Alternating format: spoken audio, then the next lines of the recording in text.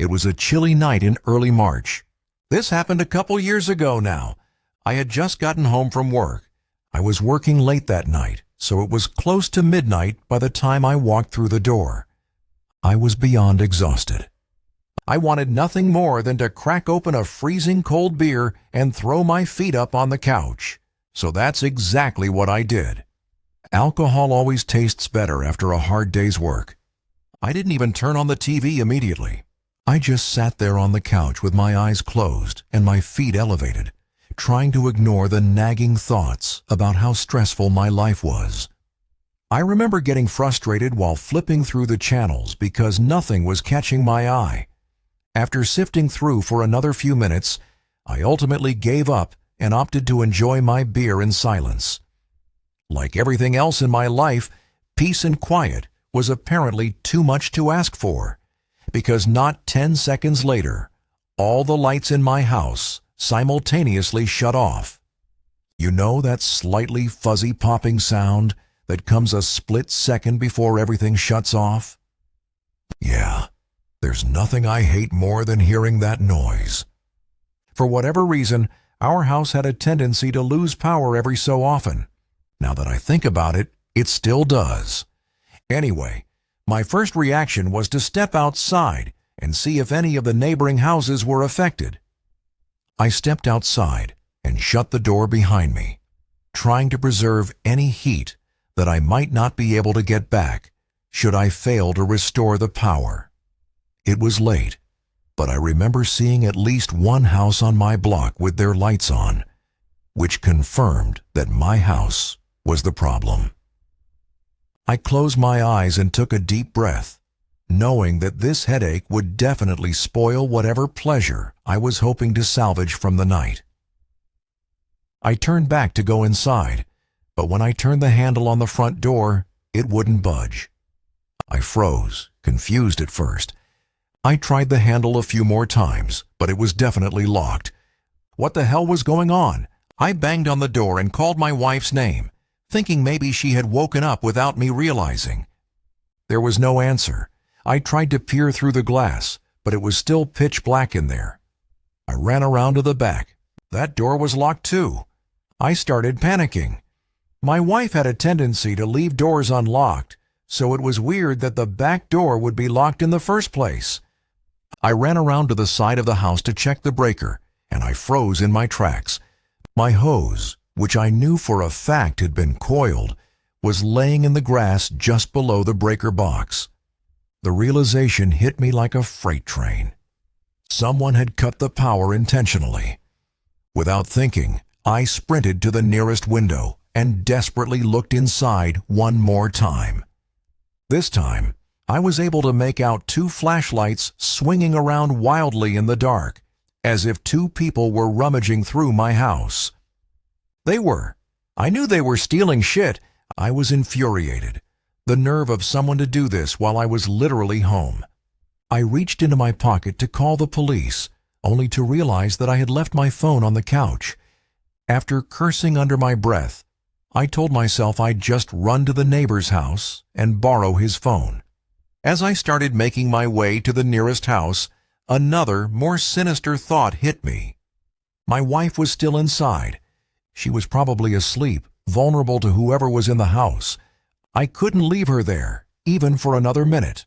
I sprinted back to my house and frantically grabbed some loose rocks from the yard. I started chucking them at our bedroom window, hoping to wake her up. After the third rock, she opened the window. Before she had a chance to say anything, I quietly told her what was happening and instructed her to hide in our closet. Her head disappeared immediately. She didn't ask questions. I then sprinted to my neighbor's house and banged on the door. I explained what was going on as quickly as possible, and then I used his phone to call the police. I waited on his porch, praying that my wife would be okay. The police eventually arrived, and I ran out to one of the cars, explaining the situation as best I could. They barged into the house, but by then it was too late. The back door was wide open, and whoever had broken in was gone, with too many of our valuables to count. My wife was more shaken than I was. and understandably so. But she told me, and the police made me angry at myself for not doing a better job at protecting her. To this day, I'll never forgive myself for leaving her in the house with potential murderers. Apparently, mere seconds after I instructed her to hide, she heard someone kick the bedroom door open. The person walked into the room and cocked a gun. He stood there motionlessly for a few seconds, clearly listening for anyone in the room. She said she had never been more terrified in her entire life. I believe the intruders heard me throwing the rocks at the window. The scariest part is that we still live in this house, and we're not planning on moving out anytime soon. Sometimes I think about what could have happened had I not stepped outside for those brief moments. I've always lived in the shadow of my older brother. I'm not bitter about it, but it's just been the truth. He's got a successful business, and I've been trying to replicate that for the better part of 6 years now. I recently moved back in with my parents to try and find some footing. Going back home definitely felt like a step backward, but I didn't have many options. I was staying in the basement to keep out of their way as much as I could. It wasn't too bad down there. It was almost like a mini apartment. The basement had its own little kitchen, bathroom, office, bedroom, and even a TV with my old video games. With all that, I rarely went upstairs. I could pretty much live down there on my own, and it kept me from feeling like a total burden. One night, it was either Friday or Saturday, there was a pretty nasty storm blustering outside. Rain was hammering against the windows, and the wind was strong enough to rattle the whole house. I can't overstate the intensity of it. It was one of the wildest storms I had ever seen at that point. My parents were out of town for the weekend, so I had the place to myself, which was fine by me. I remember it being extra cozy down there that night. I love listening to a raging storm from the comfort of a warm bed, especially when it's late at night. There's something about hunkering down inside during a chaotic storm that really eases my mind. I was about to fall asleep to the soothing pattering of rain, and the power suddenly went out. Everything clicked off at once, and I was left in total darkness. I groaned, annoyed at the inconvenience. I figured the storm must have knocked out the power, and for a second I thought about going to check the breaker, but I didn't feel like dealing with it. Not with a storm raging outside. Besides, I was about to go to bed anyway, and I didn't really know where the breaker was to begin with. I figured I'd just wait it out and deal with it in the morning. As I lay there, trying to get comfortable again, I heard something. A loud, unnatural thud against one of the basement windows. It sounded heavy, like something had hit it hard. My first thought was that maybe a branch had come loose in the wind, or a tree had fallen, but the sound was sharp and deliberate, not like anything I'd heard before. As lazy as I wanted to be, I couldn't ignore a fallen tree. That was a bit of a step up from a simple power outage. Reluctantly, I got out of bed and grabbed my phone, using the flashlight to make my way over to the window. The basement was pitch black, and the only sounds were the rain pelting the glass and the low rumble of the thunder outside. I remember rubbing fuzzies out of my eyes to try and wake myself up a little bit. I held my phone up to the window, squinting through the glass, and nearly died from my heart stopping right there. There was a man's face pressed up against the window, and he was staring in at me. His eyes were wide, his skin pale and drenched, and for a split second, he made direct eye contact with me. As soon as he saw me looking, he moved away from the window. I stumbled back, almost dropping my phone in shock. What the fuck had I just seen? I felt my heart starting to race. I could barely breathe, but I didn't have much time to process it, because a few seconds later, I started hearing another sound, the sound of footsteps. I listened closely. The floorboards above my head were creaking gently. There were people in the house. Between what I had just seen and what I was hearing, I was on the verge of losing it. I was home alone, and my house was literally getting broken into. On top of everything, one of them knew I was in the basement. I couldn't think clearly with how severe the situation was. Everything was happening so fast, but I had no choice but to act.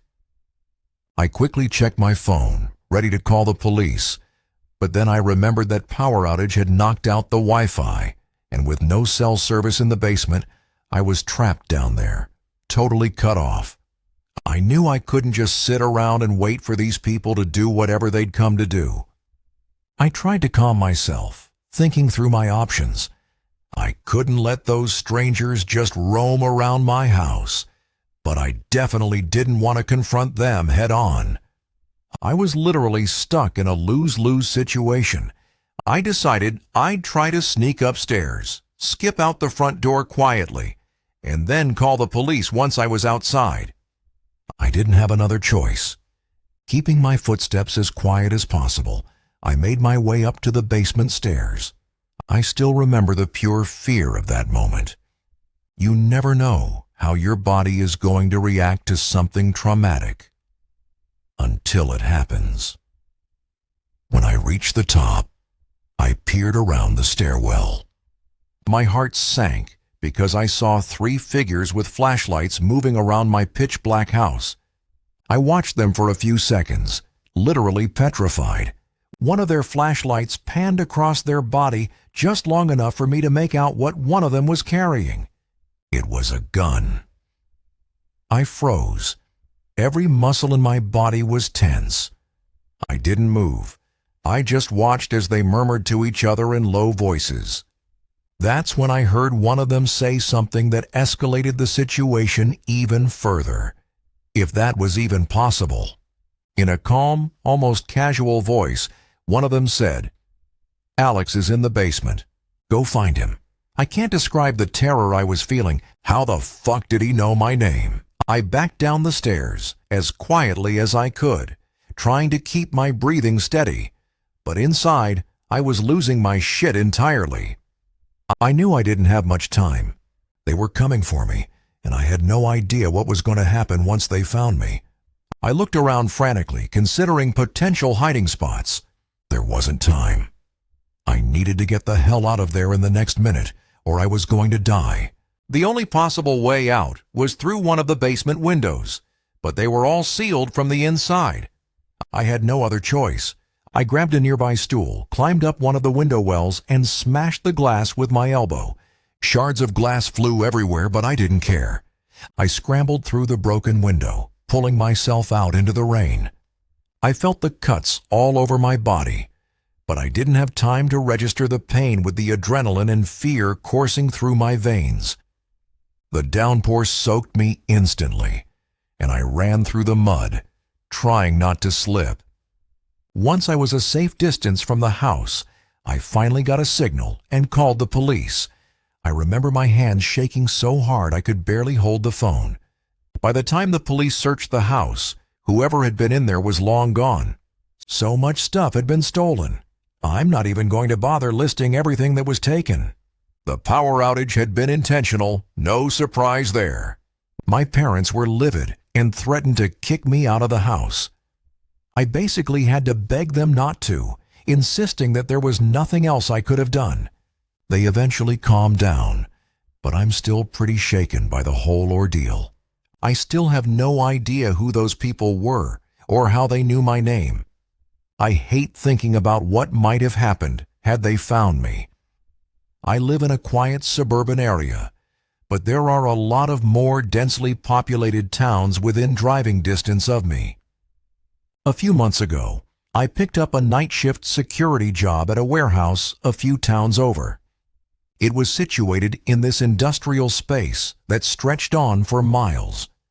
The building itself was isolated, with rows and rows of tall metal shelves and a couple of big loading docks. The work was easy, routine checks, basic security, making sure everything stayed locked up. It was quiet, usually too quiet, but I didn't mind. I liked the solitude, and most nights I could finish my shift without much happening. It was a Thursday night, and it was pouring out. I was checking my phone every so often for updates on the storm, because I wasn't too keen on having to drive home in those conditions. Luckily, there wasn't much for me to do that night, so I at least had that going for me. The power in the warehouse flickered a few times, but held steady, so I wasn't too worried. But about an hour in, the power finally gave out, plunging the whole warehouse into pitch-black darkness. I was pissed. I was the only employee there that night, so the responsibility for restoring the power was mine. I had obviously been prepped for a situation like this, but I never thought I'd ever have to actually deal with it. I stepped out of my little security room to begin the process. They had instructed me to unplug some of the massive machines before checking the breakers, so that's what I went to do. My flashlight was the only source of light in the whole place. It was honestly creepy as hell. The silence felt thicker in the dark, and every creak of the building seemed louder without the hum of the lights. My footsteps echoed like 100 times louder, too, which was definitely an odd feeling. As I was patrolling one of the aisles, I heard a loud metallic clattering echoing from somewhere deeper in the warehouse. It startled me, but I brushed it off as the storm rattling the roof or the metal shutters. Still, I decided to check it out, aisle by aisle. When I rounded one corner, I froze. A faint beam of light was moving along the shelves up ahead. It looked just like my own flashlight. It clicked off as quickly as I had seen it, but I had definitely seen it. No one should have been there until the morning, though. I felt my heart start to race. Why the hell would someone else be in here? I debated calling out, but ultimately decided against it. When I reached the spot where I had seen the light, it was gone. The aisle was empty, just rows of crates and shelves stacked high with inventory. I started freaking out, knowing I wasn't going crazy. I knew what I saw. I had a job to do, though. I debated calling the police, but wasn't sure if what I had seen would be enough. I guess there was a slight chance I could have imagined it. In hindsight, had the company not equipped me with a taser, I probably would have just called the police right there. As I continued my patrol, a strange smell hit me. A musty, metallic odor, like rusted metal or stagnant water. The smell was coming from one of the loading bays, a darker part of the warehouse, where crates were stacked up, floor to ceiling. I followed the smell with my flashlight, and that's when I noticed something odd. My beam reflected off the polished concrete floor, revealing 2 sets of wet footprints leading into one of the storage aisles. In that moment, I wanted to run in the opposite direction and call the police, but I couldn't just yet. If anyone was poking around, it was on me. That was literally my job. Curiosity got the better of me, and I decided to follow the trail. I kept my flashlight low, not wanting to make it obvious where I was. As I got closer, I started hearing faint whispers, just barely audible, like 2 people having a conversation a few aisles away. I couldn't make out the words, but something about the tone sounded tense, almost urgent. I clicked off my flashlight and held my breath, trying not to make any noise. I gripped my taser and crept closer to the whispering. As I turned the corner, I raised my flashlight to confront whoever was there, but there was honest to God no one in front of me. The whispering had also stopped, which was pure insanity. They had literally been right in front of me. How the hell had they disappeared so quickly? The whole situation had me rattled. I decided that I wasn't getting paid enough for this, so I decided to just make a beeline for the circuit room and get the power on without worrying about my other tasks. I made it there and started fumbling around with the breakers in the dark. As I was doing that, I heard something scrape across the floor nearby. I swung my flashlight around and spotted the edge of a metal tool lying just a few feet away. A crowbar. It hadn't been there before. This was serious now. Whoever was in there with me had potentially malicious intentions. I yelled out that I was arms, which was kind of a half-bluff considering the taser. I needed to get out of there as fast as possible. My nerves were shot at that point, but I knew my life was more valuable than whatever consequences I'd face for leaving. As I was heading for the door, a loud metallic crash echoed from the far end of the building, followed by the unmistakable sound of Russian footsteps. I felt a surge of adrenaline and started running toward the noise. I turned the corner, and there they were. Standing in the middle of the aisle were two figures dressed all in black. One of them was holding a crowbar identical to the one I had just walked past. They looked at me for a split second, and then, without warning, started sprinting directly towards me. I didn't think. I just turned and ran. All the confidence I had just mustered up was gone. I could hear their footsteps pounding behind me, but I didn't dare look back. I weaved through the aisles, praying that I'd be able to navigate this place better than they could. After what felt like an eternity, the footsteps faded. I paused, catching my breath, and realized they weren't chasing me anymore. Eventually, I made my way toward the exit door and stepped outside. I immediately called the police and begged them to come as quickly as possible. They actually arrived pretty quickly, which I was thankful for. Of course, those two strangers were long gone by then, but the officers were really helpful and even helped me get my power back up. My boss was not as sympathetic, though. He gave me shit for running, and I almost lost my job over the whole incident. I still can't get over how strange the whole encounter was. Like, it was clear that those people were messing with me, but they still chased me with a weapon. The worst part is I still work nights in that warehouse, although my boss did start putting at least 2 people on the shift every night. I still don't know what to make of the whole thing. I'm just glad those guys didn't catch up to me.